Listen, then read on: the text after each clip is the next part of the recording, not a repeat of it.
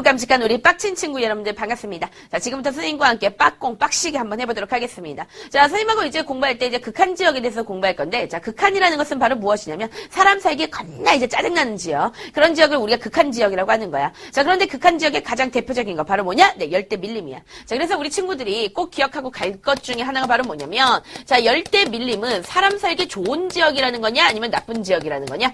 정답은, 네, 겁나 나쁜 지역이라는 거지. 아주 여기도 빡신 그런 지역이다. 자, 그렇다면 열대 밀림이라는 지역, 어떤 지역인지 한번 알아보도록 하자. 자, 열대 밀림은 어디에서 생겨날까? 자, 당연한 거지만, 네, 적도 주변에서, 열대 밀림이, 만들어지게 되는 거야. 자, 그러면 지금부터 열대 밀림의, 자, 기후에 대해서 정리할게. 자, 그런데 이 기후는 시험 문제 1타니까 반드시 꼭 기억하고 가는데, 쌤이 얘기했지만, 열대 밀림 같은 경우에는, 자, 연중 뭐하다. 네, 뜨겁고, 그 다음에 비가 많이 내린다고 했죠. 그래서 연중 기온이 높고, 자, 그리고 뭐한다? 네, 그죠. 비가 많이 내린다. 자, 그러한 기후를 우리는 뭐라고 부르냐면, 네, 열대 밀림 기후다. 라고 그렇게 얘기하고 있어. 그래서 연중이라고 그렇게 표현하기도 하고, 자, 또는 선생님이 뭐라고 얘기했냐면, 네, 1년 내내라고 얘기했지. 그래서 1년 내내 높은 기온과 그 다음에 강수량이 굉장히 많은 거. 그게 바로 열대 밀림의 특징이다라는 거 알 수 있어. 자, 그래서 이러한 기후는 기본적으로 식물이 자라기에 굉장히 좋다라고 얘기했었지. 그치? 그러니까 식물 입장에서는 굉장히 뜨거운데 거기다가 비까지 쑥쑥쑥 내리니까 얘가 기분이 좋아서 이렇게 굉장히 열심히 자란다 그랬어요. 미친 듯이 자라서 뭐가 생긴다? 밀림이 생긴다 그랬지. 그래서 우리가 열대 밀림 지역에 가면 뭘 볼 수 있냐면 밀림을 볼 수 있어. 자, 그 다음에 이 밀림에는 가끔씩 아주 세차게 비바람이 몰아치기 시작해. 그러니까 아주 세차게 비가 미친 듯이 내리기 시작해. 자, 그러한 세찬 비를 갖다가 우리는 뭐라고 부르냐면 바로 스콜이라고 그렇게 얘기하는데, 이 스콜은 그야말로 자, 대류성 강수다라고 그렇게 기억하면 됩니다. 자, 여러분들 대류성 강수는요, 열대 기후에서 많이 나타나는 거예요. 자, 우리 친구들 대류라는 것이 무엇인지 아니? 예, 갑자기 이제 과학 시간이 돼가지고 선생님이 겁나 이제 사회 역사 쌤인데 선생님이 대류에 대해서 설명해 줄 건데, 대류라는 것은 무엇이냐면, 자, 너희들 있잖아. 자, 이렇게 냄비야. 지금 선생님이 그린 게 냄비 정밀 묘사다. 그런데 이 냄비를 갖다가 뜨거운 불로 와 이렇게 막 지핀 거예요. 그죠? 자, 그랬을 때, 자, 여기는 뜨거워져. 그치? 그런데 상대적으로 여기는 어때? 차가워. 위에 있는 거는 상대적으로 차갑지. 그런데 여러분들 뜨거운 것과 차가운 것은 무게 차이가 있어. 그러니까 차가운 게 더 무겁고, 그 다음에 뜨거운 거는 가볍기 때문에. 자, 아무래도 차가운 건 무거우니까 아래로 내려올 것이고, 무거우니까. 자, 그런데 뜨거워진 거는 몸무게가 어떻게 된다고? 네, 선생님처럼, 네, 가벼워져요. 그래서 가벼워져서, 자, 얘는 위로 올라가게 되는 거야. 자, 그렇게 하면서 위에 있는 건 계속 아래로 내려오고, 그 다음에 아래에 있는 건 계속 위로 올라가. 자, 이렇게 돌고 도는 현상을 갖다 우리는 뭐라고 부르는 거야? 네, 대류라고 그렇게 부르는 거야. 자, 그런데 아무래도 열대기후에서는 자, 뜨거운 태양열이 있는데 그 태양열이 지표면을 계속 데울 거 아니야. 그러면 지표에 있는 그 지표에 있는 열은 얘는 굉장히 가벼우니까 위로 올라가고, 그 다음에 위에 있는 건 아래로 내려가고, 이렇게 계속 이런 현상이 벌어지겠죠. 이런 현상, 이런 현상이 계속 벌어져. 그럼 위로 올라가면 얘가 뭐가 될까? 비구름이 된다는 얘기지. 그래가지고 이 비구름들이 계속 쌓이면은 쫙쫙 비가 내린다는 거지. 그게 바로 뭐야? 스콜이라는 거야. 그래서 너희들이 스콜 하면은 꼭 기억할 게 뭐냐면, 이거는 대류성 강수구나. 요것만 기억하고 가자고. 자, 뭐라고? 네, 대류성 강수다. 자, 그래서 대류성 강수가 또 뭐냐? 이렇게 물어볼 수 있어요. 근데 대류성 강수가 뭐냐 물어보기보다는 대류성 강수에 대해서 설명을 해준 다음에 이게 뭐냐라고 물어봐. 그러면 그랬을 때 너희들이 딱 알아챌 수 있는 쌤이 키포인트 단어 알려줄게. 자, 일단은 뭐가 나와야 되냐면 뜨거운 햇빛이라는 말이 나와야 돼. 햇빛이나 또는 비슷한 말 중에 뭐가 있겠니? 태양 또는 뭐 태양열, 이런 말이 무조건 나와줘야 돼. 자, 이게 누구랑 만난다라는 표현이 나오냐면, 자, 지표면과 만났다, 이런 표현이 나와야 된다. 그래서 뭐 지표면에 열기가 데워져가지고 뭐 하늘로 상승해서 비구름이 만들어지고 뭐 이런 말이 나오는데, 여하튼 우리 친구들 그냥 집중해서 기억할 단어는 두 가지란 말이야. 자, 하나는 뭐야? 햇빛, 태양열, 요거 기억하고, 그 다음에 두 번째 바로 뭐야? 지표면. 그치? 그러면 이러한 비는 바로 뭐다? 대류성 강수다. 자, 대류성 강수의 가장 대표적인 게 뭐다? 네, 스콜이다. 라는 것까지 기억을 하고 지나가도록 하겠습니다. 자, 그러면은, 자, 이번에는, 자, 열대 밀림 지역에서, 자, 어떤 식생을 볼 수 있는지 알아보도록 할게요. 자, 아무래도 굉장히 다양한 식생을 볼 수가 있겠죠. 근데 우리가 열대 밀림은 그야말로 정글, 그쵸? 밀림이란 말이야. 자, 여러분들 정글의 법칙 봤으니까 알 거예요. 그쵸? 거기 보면은 병만족 막 이렇게 나오잖아요. 그러면 이제 이 연예인들이 막 이렇게 막 뭐 어디를 해치고 다니잖아. 그 해치는 곳이 바로 어디야? 정글이지. 근데 정글에 가면은 우리가 미친 듯이 볼 수 있는 게 있어요. 그게 바로 뭐지? 네, 풀과 나무입니다. 그러니까 여러분들 이 풀과 나무가 굉장히 많아. 특히 어떤 풀들이 많냐면 네, 초록색의 풀들이 굉장히 많아요. 자, 그래서 이런 걸 갖다가 우리는 뭐라 그러냐? 상록화렵수다라고 그렇게 얘기하는 거야. 상록화렵수. 그래서 활이라는 게 뭐냐면 활짝 엽이 바로 뭘까? 잎사귀. 그러니까 잎사귀가 활짝 이렇게 폈다는 거예요. 그러니까 그만큼 이제 기온이 좋고 비가 잘 내리니까 얘가 잘 자란다는 그런 얘기지. 그 다음에 상록이라는 얘기는 뭐냐면 평생, 그쵸? 그러니까 이거는 이 나무가 푸른 잎을 계속 가지고 있다는 거야. 사계절 내내. 자, 그래서 상록화렵수를 많이 볼 수 있고, 그 다음에 키 큰 나무를 많이 볼 수 있어요. 근데 키 큰 나무만 볼 수 있는 것이 아니라, 자, 키 작은 나무도 볼 수 있어. 근데 여러분들 이거는 당연한 거 아닙니까? 네, 키 큰 나무가 있으면 키 작은 나무가 있는 거지. 그러니까 이런 거 외우지 마. 짜증나니까. 키 큰 나무가 있고, 키 작은 나무도 있고, 그 다음에 그 중간중간에 누구도 있냐면, 덩굴식물 같은 애들 있잖아요. 그러니까 이런 것들도 있어요. 그러니까 한마디로 말하면 굉장히 다양한 뭘 볼 수 있다는 거야. 식물을 볼 수 있다는 거지. 아, 이걸 통해서 뭐가 만들어졌구나. 아, 열대 밀림이 이런 모양을 가지고 있겠구나. 요거 기억할 수 있어요. 그래서 여러분들 실제 열대 밀림을 갖다 보면은 큰 바오밥 나무 같은 게 이렇게 큰 게 있어. 그 다음에 그 아래 자질구레한 나무들이 있고 거기를 덩굴이 막 이런 식으로 막 하고 있기 때문에 사실 햇빛이 투과된다는 게 쉬울까 어려울까? 조금 어렵죠. 자, 그래가지고 너희들이 꼭 기억할 거. 이 밀림이 해주고 있는 역할이 있어요. 그거는 바로 뭐냐면 일단 햇빛을 뭐 해준다? 네, 차단을 해주기 때문에 나름대로 뜨거워질 수 있는 이 지표면을 조금 네, 식혀주는 그런 역할을 누가 하고 있다? 네, 열대 밀림이 하고 있다라는 거 우리 친구들 기억할 수 있어. 그 다음에 또 열대 밀림이 해주는 것 중에 하나는 바로 무엇이냐면 자, 얘는 일단 지구의 네, 허파 역할을 해주고 있습니다. 자, 여러분들 지구의 허파. 자, 여러분들 우리 몸에도 뭐가 있어요? 허파가 있죠. 자, 선생님도 순대를 굉장히 좋아하는데 이 순대 그 부위 중에서 제일 맛있는 게 그 돼지 귀가 있어요. 근데 그 귀가 갑자기 귀가 되게 간지러운데 이 귀가 되게 오독오독하면서 되게 맛있어. 아주 좋은 술안주야. 근데 아주 되게 맛있어. 그런데 이거 말고 또 되게 맛있는 게 있는데 그게 바로 누구냐면 돼지의 허파예요. 허파 굉장히 맛있죠. 자, 그런데 이 허파를 이렇게 먹으려고 보면 거기 이렇게 동글동글 구멍이 있다. 자, 그게 바로 뭘까요? 네, 숨구멍이야. 자, 그러니까 여러분들 우리 몸에 있는 허파라고 얘기한다면 이 허파는 무슨 역할이냐면 숨을 쉬는 기능이라는 거지. 자, 그래서 이 밀림이 지구의 허파 같은 그런 기능을 해주고 있단 말이야. 그래서 이 밀림 중에서 가장 큰 밀림은 어디에 있냐면 아마존에 있을 거야. 자, 그래서 여러분들 아마존, 그러니까 즉 바로 어디냐면 이제 브라질이죠. 이 브라질에 있는 아마존강 주변에 아주 큰 열대 밀림이 있습니다. 세계에서 가장 큰 밀림이 있죠. 자, 그 밀림의 이름이 바로 뭐냐면 네, 셀바스다. 이거 기억하고 갑니다. 세계에서 가장 큰 밀림의 이름이 바로 뭐야? 네, 셀바스다. 자, 뭐라고? 셀바스다. 네, 이거 기억하고 갈게요. 자, 그 다음에 이 열대 밀림 지역의 땅은 어떨까라고 해서 토양을 한번 알아볼게. 토양 자체는 좀 약간 어떤 편이냐면 척박한 편이야. 그러니까 너희들이 좀 헷갈릴 거야. 아니, 이렇게 큰 나무들이 자라는데 어떻게 척박할 수 있느냐 이렇게 생각하였지만 척박해. 어쩌라고. 그죠? 척박합니다. 근데 얘가 척박할 수밖에 없는 이유는 왜 그러냐면 그거는 비가 많이 내리기 때문에 그렇지. 그래서 비가 많이 내리기 때문에 어떤 양분이 만들어졌을 때 이 양분이 빗물에 의해서 네, 쓸려가는 경우가 굉장히 많아요. 그죠?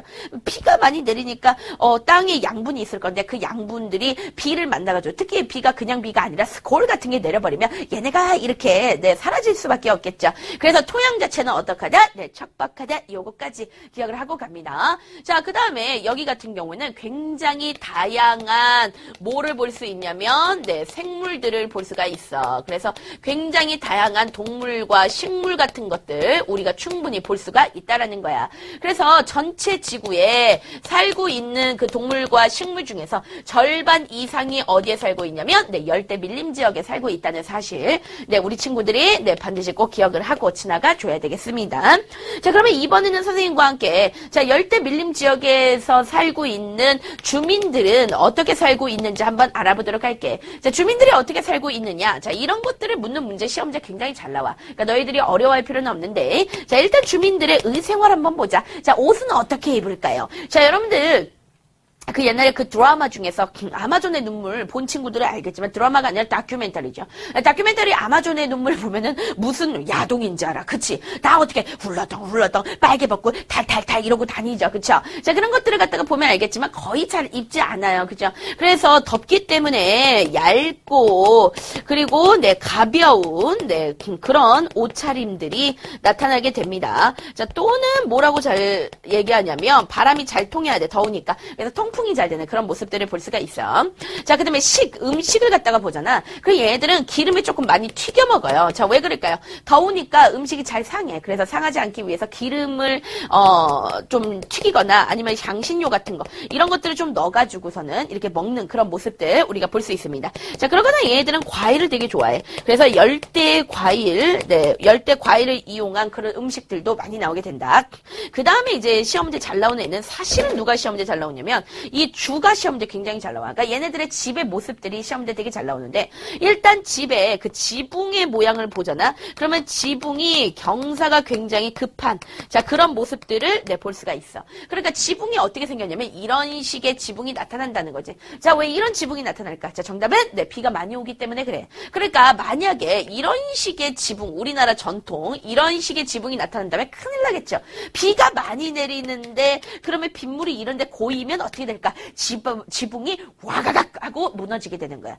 그러니까 이 빗물을 빨리 흘려버리기 위해서는 네, 이런 식의 모양이 되겠지. 그래서 지붕의 경사 자체가 굉장히 급하고 자, 그 다음에 모양 자체가 어떻게 생겼냐면 자, 이렇게 다리가 이렇게 나 있어요. 자, 이런 걸 갖다가 우리가 뭐라 그래? 집 자체가 높지? 그래서 이런 걸 갖다가 고상가옥이라고 하는데 자, 시험 문제 뭐가 잘 나오냐면 도대체 왜 고상가옥을 만들었느냐? 자, 이런 열대 밀림 지역에 고상가옥이 있는 이유가 뭐냐? 서술형 1타야. 자, 그럼 지금부터 선생님과 함께 서술을 한번 해보도록 하자. 자, 첫 번째는 바로 왜 그러냐면 고상가옥을 지어야지만 네, 해충의 그런 피해를 조금 줄일 수가 있다는 거지. 그지? 당연한 거야. 해충이 네, 꿈틀대고 해충입니다. 해충, 네, 해충인데 이 해충이 꿈틀대고 집 안으로 기어 올라오기가 쉬울까 어려울까? 네, 빡시겠죠. 네, 힘듭니다. 그래서 해충 피해를 좀 줄일 수가 있고, 그리고 뿐만 아니라 또 어떠냐면, 네, 집 표면에, 나름 그 열로부터 조금 피해를 줄일 수가 있어. 그치? 그러니까 집 표면이 굉장히 뜨거워. 그 열기로부터 벗어나기 위해서 집 자체를 어떻게 조금, 높게 짓는 거야. 자, 그러거나 집을 어디다 짓냐면, 아예 강 위에다 집을 지어요. 자, 그래서 이런 걸 갖다가 뭐라고 불러? 네, 수상가옥이다. 라고 그렇게 얘기하지. 아무래도 수상가옥을 하게 되면은 시원합니다. 그쵸? 강 위에다가 하기 때문에. 그래서 여러분들 이런 것들 알 수가 있습니다. 자, 이번에 선생님과 함께 마지막으로 뭐에 대해서 알아볼 거냐면, 자, 열대 밀림 지역에서 하고 있는 농사 방법에 대해서 알아볼 건데, 사실 이 농경 부분이 시험 문제, 이건 무조건 100% 출제예요.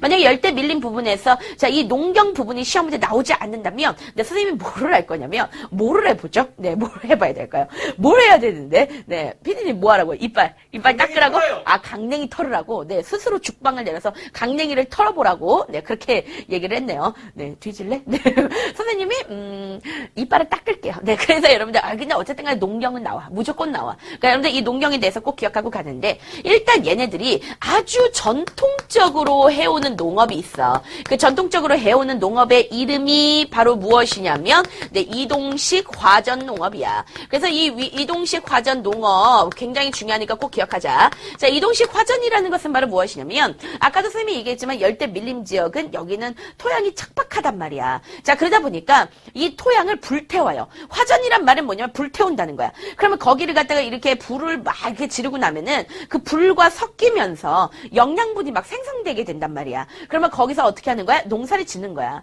근데 워낙 이 땅 자체가 좋은 땅이 아니라 척박했던 땅이었기 때문에 이 땅에서 억지로 어떻게 하면 농사를 지은 거잖아. 그래서 3년에서 4년 정도가 지나면은 이 땅이 거지가 돼요. 그러면 그 땅은 버리고, 그럼 버려진 땅은 나중에 사막이 되는 거야. 그러니까 버리고 다른 지역으로 이동해서 또 거기서 불을 질러요. 알았죠? 그래서 이런 크레이지 농업을 우린 뭐라 그래? 이동식 화전 농업이라고 한다. 자, 이동식 화전 농업 하면은 키포인트 단어가 있는데, 자, 몇 년 주기? 3에서 4년 주기로 계속해서 이동하면서 불 지르는 거야. 그치? 이거 기억하고 가야 되고. 그 다음에 이동식 화전으로 많이 농사 짓는 게 있어. 그게 바로 뭐냐면, 네, 카사바하고 그 다음에 얌 이런 것들을 많이 네, 농사 짓는다. 카사바는 너희들 이제 가끔가다 요즘에 뭐 가게에서 팔기도 하던데 그 카사바 자체를 파는 게 아니라 카사바 칩을 팔죠. 그래서 이게 과자예요, 과자. 근데 너희들 카사바는 우리나라로 따지면 뭐냐면 고구마 같은 거고, 근데 얌은 우리나라로 따지면 감자 같은 애들이야. 알았지? 그러니까 여러분들 카사바, 얌 이런 거. 그러니까 시험 문제 카사바 이게 나왔으면 아 이거 이동식 화전이구나 이렇게 기억해야 돼. 알았어? 그러니까 시험 문제 자 카사바를 주로 생산하는 농업이 뭐냐?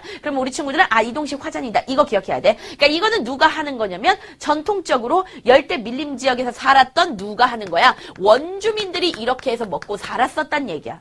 자, 그런데 오늘날로 한번 본다면, 자, 오늘날에는 어떤 농업을 하기 시작했냐면, 바로, 플랜테이션을 하기 시작해. 그래서 여러분들 이 플랜테이션이 역시 시험 문제 1타니까 꼭 기억하고 가는데, 플랜테이션이란 말은 뭐냐면, 플랜트라는 말 자체가 거대 농장 이런 뜻이에요. 그러니까 굉장히 거대 농장이에요. 그래서 거대 농장에서 뭐를 키우냐면, 뭐, 바나나라든가, 또는 뭐, 커피라든가, 뭐, 이런 것들을 갖다가 키워내는 거.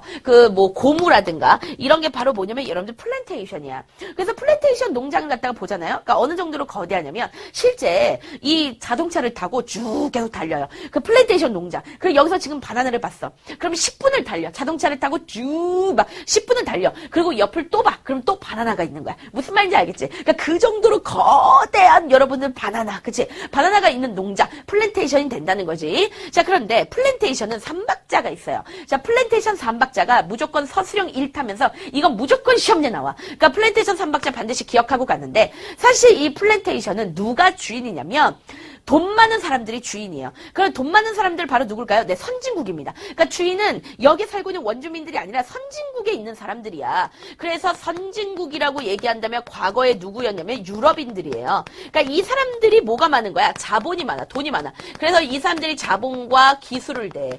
그러면 거기서 누구를 이용하냐면 거기 살고 있는 원주민들은 노동력을 대는 거야. 아주 값싼 노동력이지.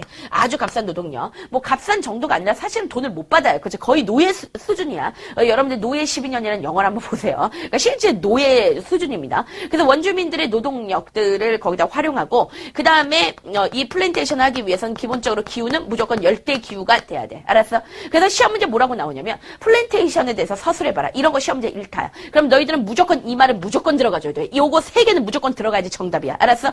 자, 3박자 해보자. 선진국의 자본과 기술, 원주민의 노동력, 열대 기후. 알았지? 그래서 어떤 작물을 기르냐. 그러면 우리 친구들이 바나나, 커피, 고무까지 이렇게 적어 놓으시면 됩니다. 그런데 최근에 오늘날 같은 경우에는 아무래도 이제 유럽인들이 플랜테이션 농장을 경영할 때는 그때는 얘네들이 식민지 지배를 받을 때야. 근데 지금은 식민지 지배받는 나라가 거의 없잖아요. 그렇죠? 그러니까 지금 같은 경우에 주인이 누구로 바뀌냐면 현지인으로 바뀌는 그런 모습들이 조금 나타나. 그러니까 현지인, 거기에 살고 있는 원주민들로 주인이 바뀌기도 한다는 거야. 그래서 여러분들 기억합니다. 얘네가 농사 짓는 방법은 자, 전통적인 방법은 이동식 화전이고 자, 그다음에 오늘날에는 플랜테이션 같은 농업하고 있다. 자, 플랜테이션 3박자 이거 기억하고 가야 돼. 자, 여러분들 문제 푸시고요. 자, 모르는 거 있으면 바로 질답 게시판 새벽 독서실 장사로 골라 우리 친구들 오시면 되겠습니다.